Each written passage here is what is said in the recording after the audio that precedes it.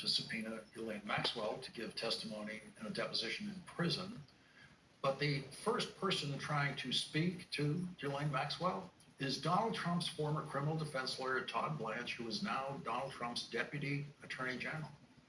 And in an unprecedented, to put it mildly, an unprecedented move in Justice Department history, something that's never happened before, a deputy attorney general is going to interview a convicted sex trafficker in a federal prison. The New York Post is reporting tonight that Ghislaine Maxwell's brother is saying Ghislaine Maxwell is assembling new evidence to present to the feds. When she meets with them this week, her brother told the Post.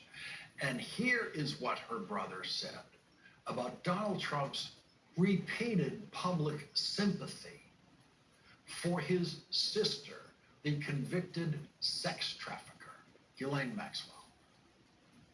President Trump was asked the only time, I believe, in public, at the tail end of his presidency, November, December 2021, about Ghislaine.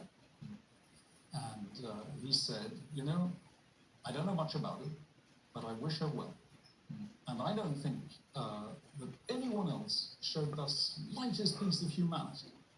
Not anybody at that time. And yet he did. He didn't need to. He's the President of the United States, the most powerful man in the world. He could have just sloughed it off. He didn't. He made a positive statement.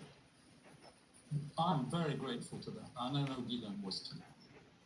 In the least surprising news of the day, the Wall Street Journal was reporting Donald Trump is named in the Epstein files multiple times. Chuck, I know that, there's all kinds of information that can be gleaned from all kinds of people in the course of investigations. That could happen at the level of the FBI, beat cops, district attorneys, and on and on and on.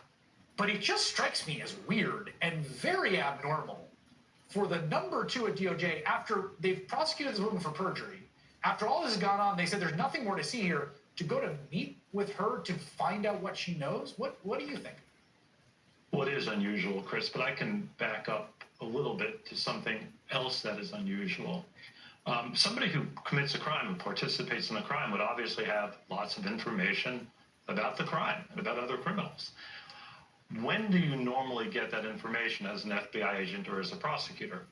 It would be right around the time of indictment, either immediately before because the person wants to cooperate, or immediately after indictment because they realize then that it's in their interest to do so. Why is it in their interest to do so? Because if they cooperate fully and truthfully, they can get some consideration at sentencing. The odds that Ms. Maxwell now knows something new that would be of value to a prosecution is almost literally zero.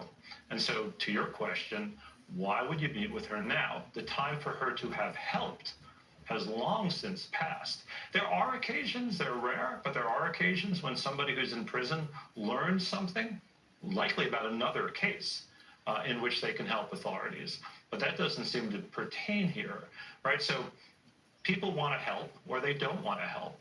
And when they want to help, either they have useful information or they don't have useful information. But it seems to me that the time to make that assessment has long since passed. Yeah. First of all, this is the mother of all squirrels. So Trump's been throwing a bag of squirrels at the Epstein files. And part of the reason why Tulsi Gabbard did that ridiculous press conference today and with these dramatic announcements is because the Wall Street Journal probably called Trump for a quote on the story they were about to run today about how he's in the Epstein files. He's like, Tulsi, ASAP, I need you out there. So give me as big and large a diversion as you could possibly have. All right, how about if we say we might kill the former president? And that's kind of what they're saying. Treason is punishable by death. Okay, we're going to show you this story. How absolutely absurd that is. Absurd. Every part of this is absurd.